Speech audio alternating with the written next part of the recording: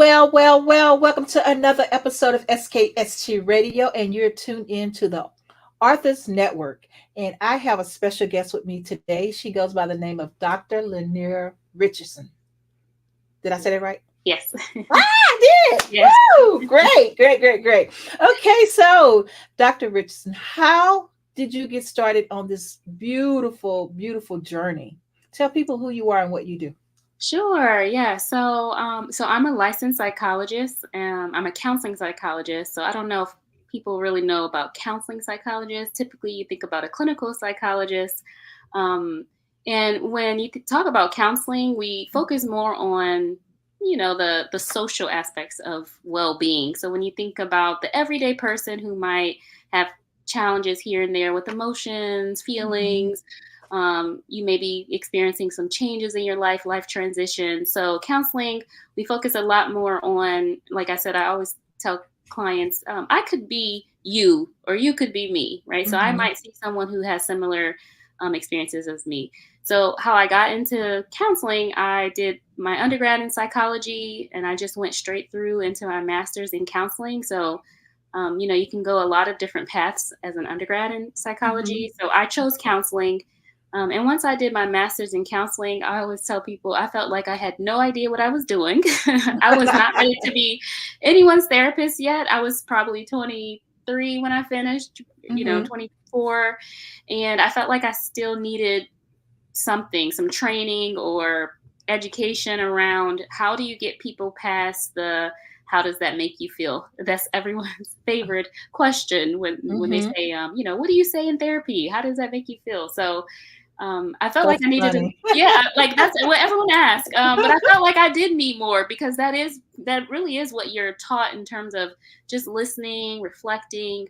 But I went on for my PhD because I really felt that I needed to learn more about what causes some of the challenges, how we experience Mm. trauma, and how Mhm. those things impact us from childhood into adulthood. So that is how I got into this field, is really just through school and my background. It Mhm. wasn't necessarily that I was one of those people who always knew what I wanted to be when I grew up. I wanted to be a lot of things. And I also always enjoyed reading and learning. So I wanted to be a Mhm. teacher, which, now kind of full circle, I am a professor Oh, that's so in college. cool. Yeah. Yeah. Okay, so you know what? You have like this important hat.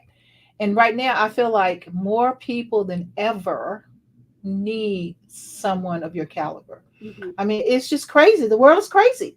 And Yeah. it's kind of like, how do you get grips of it? How do you, I have one lady that does a podcast here on our network, and her show is about the healing, right? Hmm. So, she's healing for the soul, the mind, the body. She's all this healing. And then she's always going, well, that person's sick. Well, that person. And I'm like, everybody you talk to is sick at this Everybody's point. sick. We all have problems, I think we all have some challenges. I always say like things exist on a spectrum, right? From good Hmm. to bad. And some people are better at managing those things than others. And so oftentimes when I think about, again, the people who come to me, they've managed for some time, and Hmm. every now and then there's this one thing, this catalyst that changes that. Like I used to be able to handle this, and then I became a mom, right? So right now Hmm. that's my population. And so that's what I often find. Like I had a baby, or things didn't go as planned, or I had an unplanned pregnancy or a miscarriage. So typically, Hmm. I have people who've been able to manage life, but they have, again, some kind of intense experience or trauma or challenge that is Hmm. a little hard for them to deal with on their own. And it's hard for them to go to their support team or network to tell them about what they're experiencing because Right. of whatever that is, whatever the stereotypes about mental health, or this happens often, especially with African American Black women, right? The Mhm. strong Black woman Mhm. narrative. They're supposed to Mhm. have it all together. um, they're not supposed to ask for help, or sometimes people, if they have a certain faith, a background, Christian, right, and you're supposed to Mhm. pray. So you have Mhm. some of those the conflict in terms of, can I really tell people what I'm dealing with, because there's embarrassment and shame around it. Exactly, judgment. Yeah, they don't want to be judged. So yeah, so you hit a point though. I have met a couple of women. I know one woman that I grew up with. that experienced loss. You know, Mhm. and I believe it was a couple of times. And I do know that it was hard for her to get back.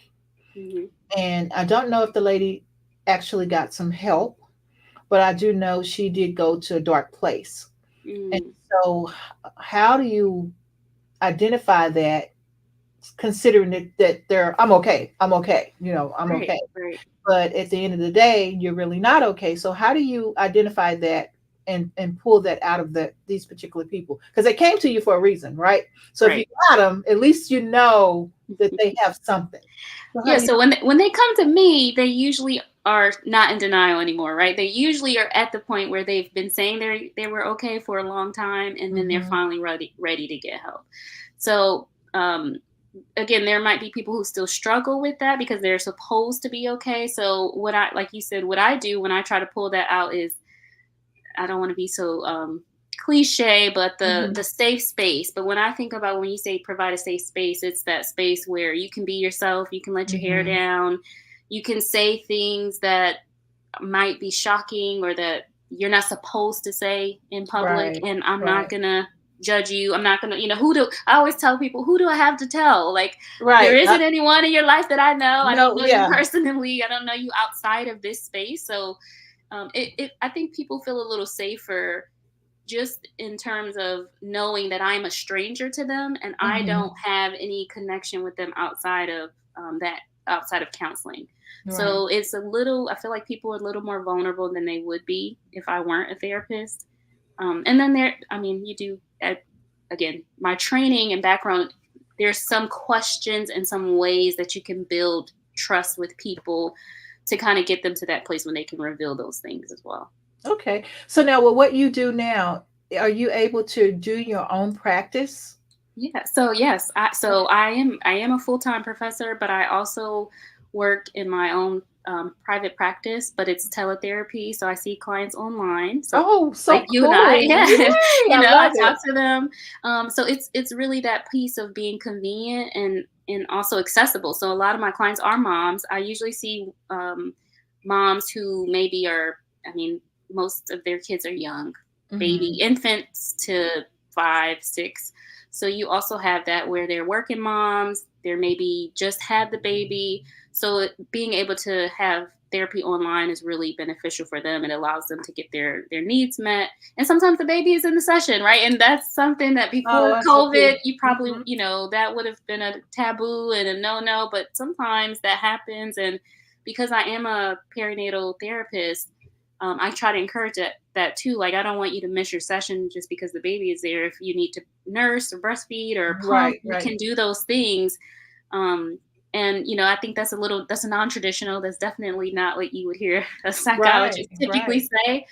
But I'm making those exceptions because I know that that's what's needed with the right. population I work with. Well, and then it's the new times. Yes. You have to change. You can't, what was good 5 years ago is not the same right now, Right. so Right. you have to Totally. make those changes. So how cool is that? So I'm loving your Yeah. job even more now. Right. You can stay home and be safe and Yeah. still Yeah. help people. So that's Hmm. pretty cool. So let's talk about, well, actually, let's take a quick break and then we get Okay. back. We'll talk about your book. Okay.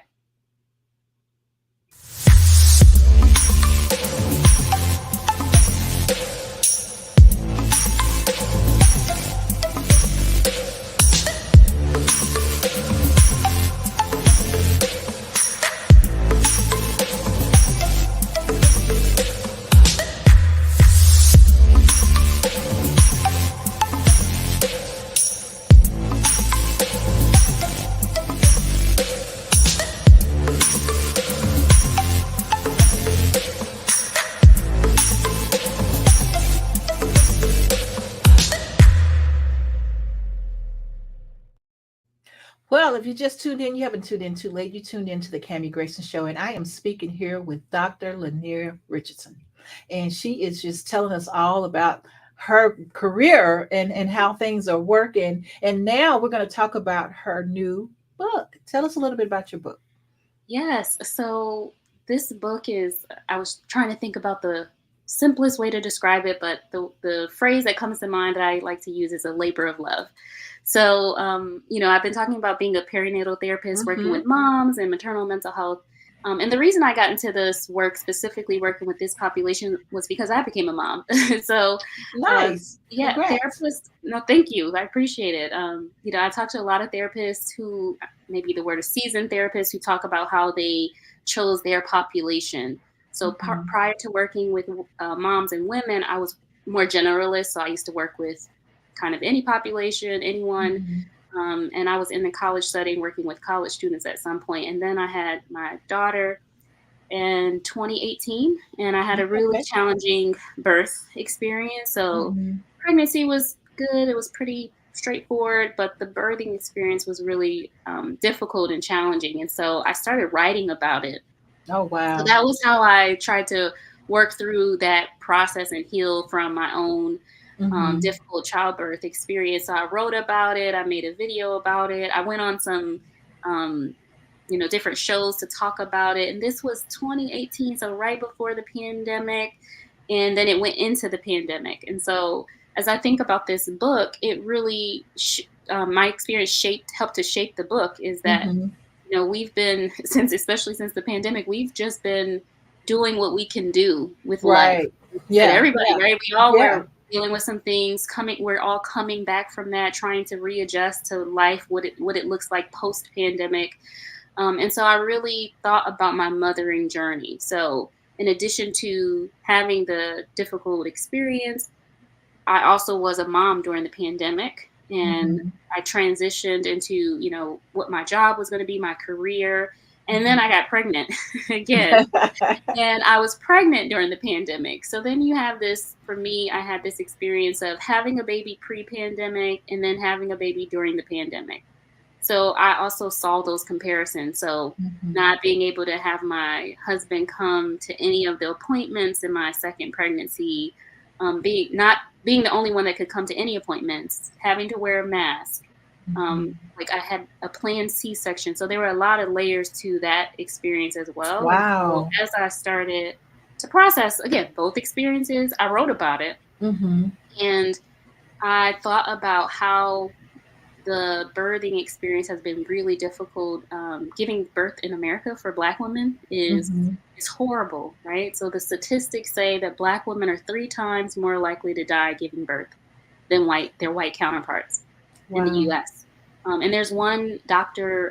Monique Ranford, and she said that it is safer to give birth for a Black woman in Jamaica than it is for America in the United States. Wow. So But when let me ask you this. Mhm. So sorry, but why is it? Why are those stats that way? Why do they read that So, way?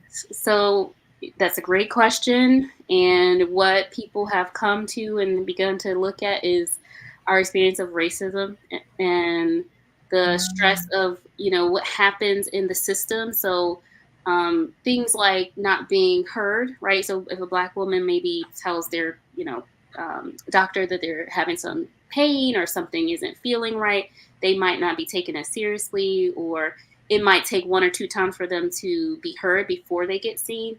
So a lot of mhm. what you see is that it's preventable. So the death isn't that, Black women just die more frequently.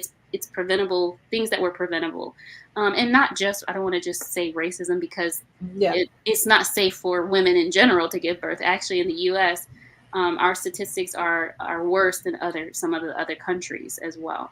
Wow. So we have to look at our healthcare system as well.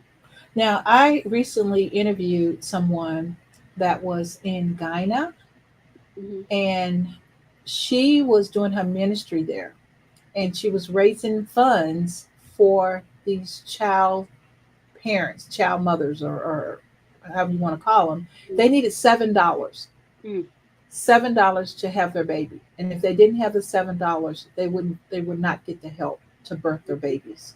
Hmm. And I'm thinking that's terrible. But you look at the third world, right?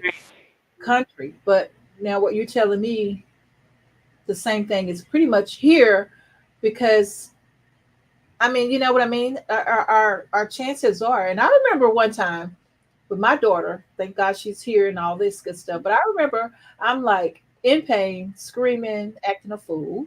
Hmm. And the nurse told me, she goes, "You wasn't acting like that when you had her." And Wow. that was just so rude and terrible that the lady talked to me that way. She spoke to me that way. And I just wouldn't, I didn't go back to the hospital, I'll tell you that. And, Hmm. but that was back in those days. So I can imagine now more freedom of speech, way more things are way open than it was back Right. in those days. Hmm. That's kind of scary. Yeah, and and so that's part of this book. That's part of this platform. It's not to scare people either, right? So we don't want women to be scared to have babies if they want to. That we think that Right. that's their right. We want them to be able to, but we want them to know some of the challenges and risks. So some of what you're talking about, like what you just described, is knowing how to advocate for yourself, Hmm. knowing like if you need a support person, if you don't have someone in your family, bringing a friend or a doula, somebody that can speak on your behalf. That we Hmm. found that when you have those types of support, then the results are better when Right. you're more educated in terms of what to do in the hospital setting. Then the chances and statistics are better. So it's a work in progress. There's a lot of Hmm. work in the state of Maryland. Actually, they are doing a lot of work on this. There's some like laws being changed at the top level. Hmm. Issues like what you described, where typically women wouldn't get help past a certain time through Medicaid, for instance, like after the 6-week checkup. Typically, Hmm. you don't think about the mom anymore, right? She's kind of you had the baby and Hmm. Yeah, it's you're on the done. baby. But they've extended the support to a year postpartum. So things like that are Oh wow. policies being put in place to help Hmm. and support.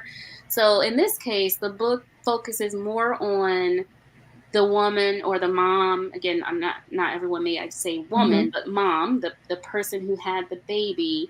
The book focuses on you had a personal experience in the hospital or at home or giving birth or whatever that Hmm. was, and you have a story to tell. And your Hmm. story can be told, right? And hasn't been told maybe.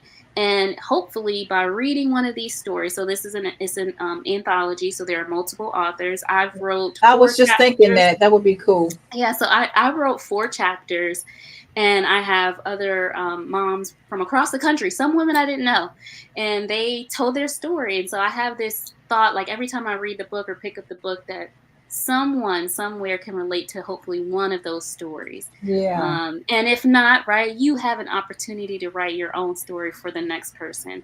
And the more that we tell our stories, the more that we talk about what we learned, how we experienced it, whether it was good or bad. Not all of the stories are, sad. Hmm. Hmm. But when I put out the call, I think, that was one of the things. Like, if you did have any birth trauma, maybe you want to talk about it. So the idea is that we're coming together to collectively heal. We're in this Hmm. together. We're talking about it. We're talking through it. And the more that we know, the more that we share, the more that we can heal through it. Right. I find it just so much easier to talk about the trauma once you get it out and Hmm. you know where it came from, and you know it's not your fault. You've Absolutely. done all you can to try to prevent this, or sometimes you couldn't do anything, Hmm. just depending on the situation. So I mean, I think what you're doing, the healing aspect that you're doing is phenomenal. Yeah. Thank you. I appreciate it. It's Yeah. phenomenal. So now you got the book. How long have the book been out? So the book is actually, so we're actually preparing for the book launch in a week. Nice. Nice. Okay, so So tell people how they can get the book. yeah, so actually they can go straight to my website, my name, LyneiaRichardson.com, and they can find out more information. So it's kind of on pre-release, so it Hmm. may not, they won't be able to buy it Just yet. just yet. But June 15th on Saturday is Okay. our book release, and so that's the official release date. And after that, they'll be able to pick it up. I love it. I love it. So, okay, so give us some words of wisdom. So, if you had a person that was trying to be like you when they grow up, what types of words of wisdom would you give them? Oh, that's a great question. And this is something, I feel like I've done in thinking about how I can support my children as well. Be the best that you can be, right? Believe in yourself and know that as you walk through the doors, they'll open for you. Everything is I've been told these things as well, and I found them to be true, that everything is laid out for you on that path. And so as long as you keep doing those things that are good, those things that put goodness into the world, then you will receive that back. I love it. Absolutely love it. Okay, so what can we do to help support what you do? Oh, wow, that's a great question. So my vision for this book is to really use it to host things like workshops with women who've experienced trauma. Mhm. So I really want to be able to go into spaces where they support moms, young moms, older moms, women who are having babies, have children who've had some type of challenge or trauma. And I want to go and have these workshops. Again, I'm a therapist. So we would Mhm. talk about healing, talk about health, talk about emotional wellness, and the book would be kind of that catalyst. So you would get a book Mhm. in that space, but be able to also talk about your experience or write about it. So how you can support is, if you know those organizations that support these women, then send me an email. Or again, you can visit my website and use the contact form, again, LyneiaRichardson.com. That's probably the easiest way, and get the word out. I love it. Absolutely love it. Okay, I know we got a few more minutes before I let you go. So you just made me think of something. Now, Hmm. years ago, I worked for Parkland Hospital in Dallas. Okay. And the department that I worked in was the lifespan program. The lifespan program basically was a program that helped young mothers, teen mothers, children, Hmm. not even teens yet, pretty much, just at the cusp of it, I guess. And so the goal was to help those mothers become a mother, help the mother of the child accept the baby, and to Hmm. help that child raise their child. It was crazy. It was like a domino effect. Hmm. Now, some of the children were, I guess, raped. Um, Mother's husband did something that wasn't their own father or uncle, or a ton of different, scenarios. But Hmm. at the end of the day, your 11, 12-year old is pregnant now. Right. And so I feel like what you're doing, not this particular work, but when you're ready to expand, that's a target area that would probably could use your know-how, because you're so young looking. You look like you can resonate with them. You see what Yeah, I'm saying? I hear it all the time. Yes. Yeah. So I feel like Mhm. those particular children, I don't know if they have, I'm in Virginia now, so I don't know if they still have programs like the lifespan program, Mhm. but I do know I love working with kids. So Right. that was my job, to make sure that they were learning in a way that everybody was happy, Yeah. showing showing them how to change diapers. Mhm. We would supply diapers and milk and things like that, but they would have to go through my class in Mhm. order to get goodies for the babies. We would give formula. We, show them how to breastfeed if they wanted to breastfeed. So that program was phenomenal. They killed it because of the funding, but Mhm. I mean, I enjoyed it. And then you look at those parents, those the mothers. Sometimes the mother could even look at the daughter. Mhm.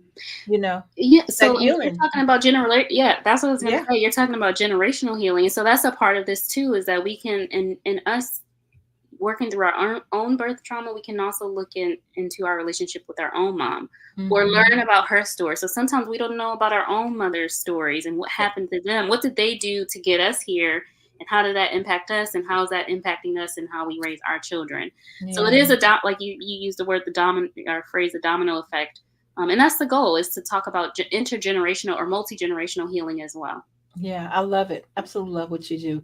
Girl, I am so excited to know you. I hope you Yeah. stay in touch with us and let us know what we can do to support you. I'm going to put your book out, the cover that we have here. I'm going to put that out and just post it, for the next few weeks, Okay. as we grow. And then I'm going to have all the authors there, just so people can go back and look at what you're doing, because your book is not out just yet, but I want them to be able to go back and encourage them to go back and try to get the book. And if you see, send your people to our YouTube page to look at this video. Okay. And this video will be available for you. I could talk to you offline about that. And then we're also offering, looking for podcast hosts, to talk about their books. We can do it, like my producer is in Texas and I'm in Virginia. So we can do your podcast just like we're doing it right now.